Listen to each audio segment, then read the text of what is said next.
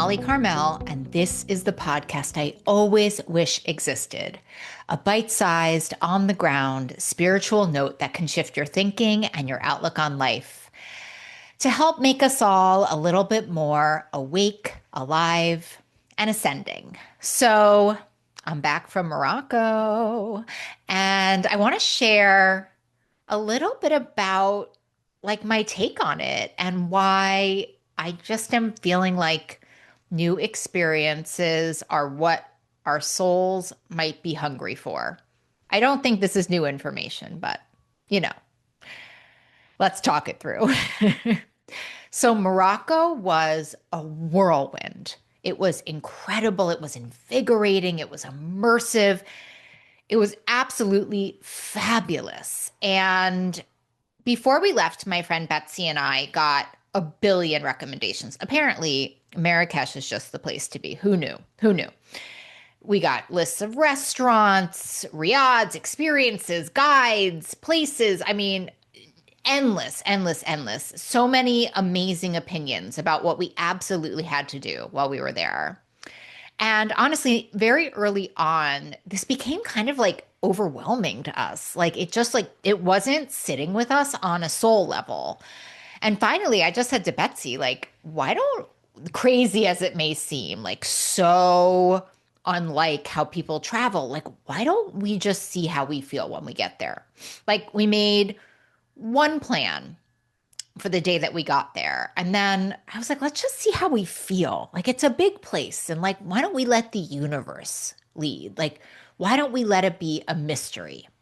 And we did that. That's what we did. And I think it just made this trip so different. We had an abundance of time to explore, to make a decision about going on these amazing little sidecars on a motorcycle, like through all of Marrakesh. We spent an entire day just kind of walking through souks and, bargaining with people and experiencing things and dodging donkeys in the street. And so we just kind of wandered and did what we wanted. And talked to a lot of people we might not have otherwise met. It just was great. I mean, it was just so great. And I am back and I am feeling so different. Like I don't even have words for how different I feel. I feel better. I feel clearer. I feel more intact. I feel more awake. And here's the thing, like the way that I vacation and take holiday and relax, it's like very traditional. Because I can get really stuck in my ways. I really can. It's very Virgo of me. I go to the same places a lot of times with the same people who I live and die for. I spend a lot of time at the beach. I spend a lot of time in the mountains, and my soul loves that. And that's amazing. But wow, did I learn a lot from going so outside of my comfort zone and so outside of what I usually do. I really needed something completely different because I honestly think I forgot how much culture and newness and doing different things literally feeds my soul, and how stepping into an entirely unfamiliar environment where nothing's familiar, not the language, not the smells, not the rhythm of the day, it just can shake something loose in you. And Betsy told me that she read somewhere that people make the biggest changes in their lives when they're traveling, like when they're doing new things, even much more so than at New Year's. And that really tracks with me. I really see why. Like there's something about being completely out of your normal context that can give clarity on your like regular day-to-day operations of life. Like I can really see things I couldn't see before, which, stay tuned. I'm sure I'll tell you all about it. And listen, I'm not here telling you to book a trip to Morocco. It's not the point of this, but I really want to encourage you to step outside of the box. I'm going to be doing it over and over and over. It's actually one of the main commitments I've made to myself, And it's like probably right outside of your doorstep in some ways, right? Try a new food, talk to a new person, go somewhere you've never been. Like a new immersive experience is really something for the soul. And so that brings me to our pocket sage today. And I'm going back to the basics. I'm going back to, I just talked about her like last week, Julia Cameron, the grandmother of creativity, Julia Cameron, The Artist's Way. I mean, if you have not read and done that book, what a great thing to do in your life. It's like 8 weeks. Maybe it's 12 weeks. I don't remember.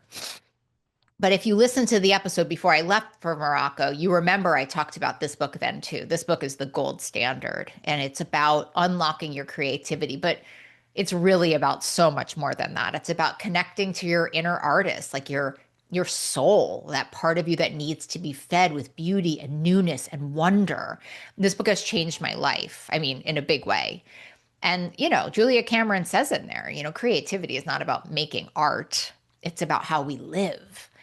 And one of the big things that she talks about in this book is filling the well, pouring new experiences into ourselves so we have something that we can draw from.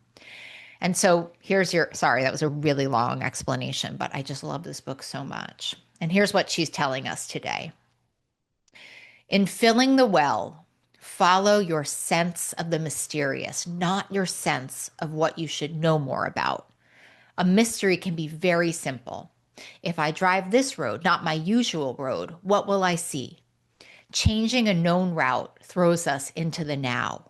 We become refocused on the visible visual world. Sight leads to insight. I'll read that again for those of you in the back. In filling the well, follow your sense of the mysterious, not your sense of what you should know more about. A mystery can be very simple. If I drive this road, not my usual road, what will I see? Changing a known route throws us into the now. We become refocused on the visible, visual world. Sight leads to insight.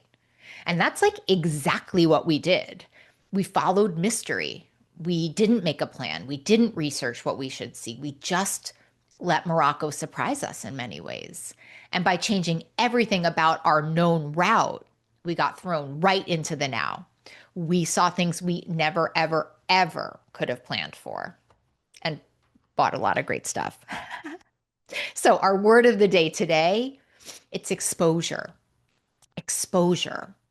And I don't mean exposure in a scary way. Like, I don't mean exposing yourself or being vulnerable in front of a crowd, although I often do on this show.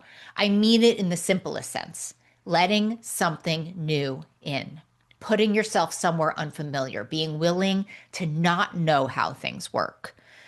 I mean, we really tend to stay in our lanes. We eat the same foods, talk to the same people, take the same routes, and there's a lot of comfort in that. I am not knocking that. I am a creature of habit myself. I love my people, I love my routines, I love my exercise class, I love my places. But there's also a point where comfort becomes kind of a slow suffocation.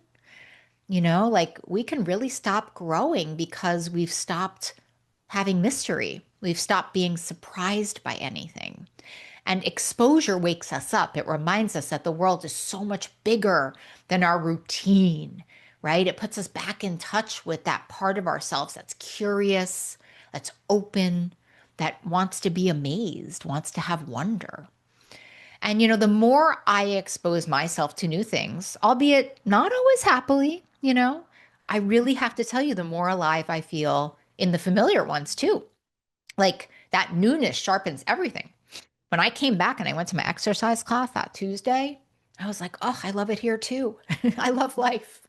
And listen, I got to tell you, I think that matters now more than ever, because with everything going on in the world, it's so easy to close off, to stay in our bubble, to just talk to people who think like us and eat what we know and go where we've always gone. But exposure to new places and new people keeps us open minded and open hearted.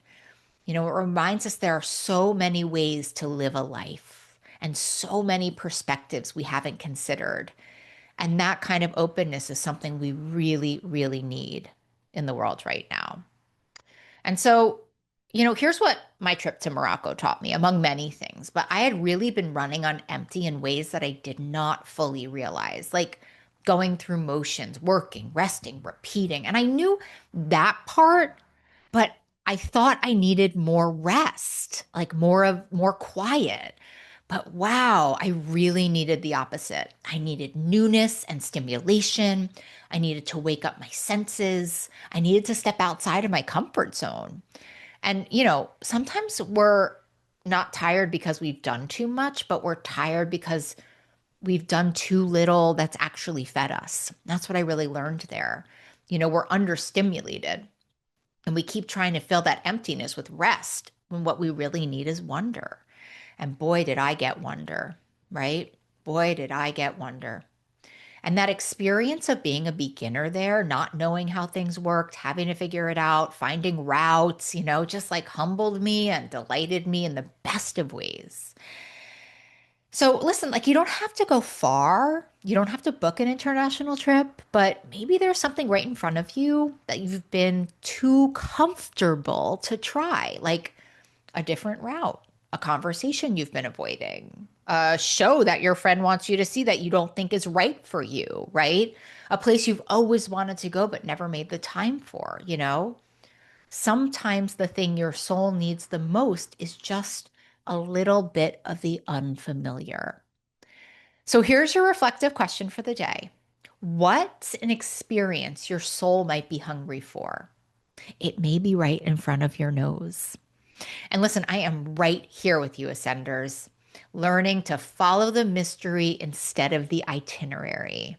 We rise together. Until next time.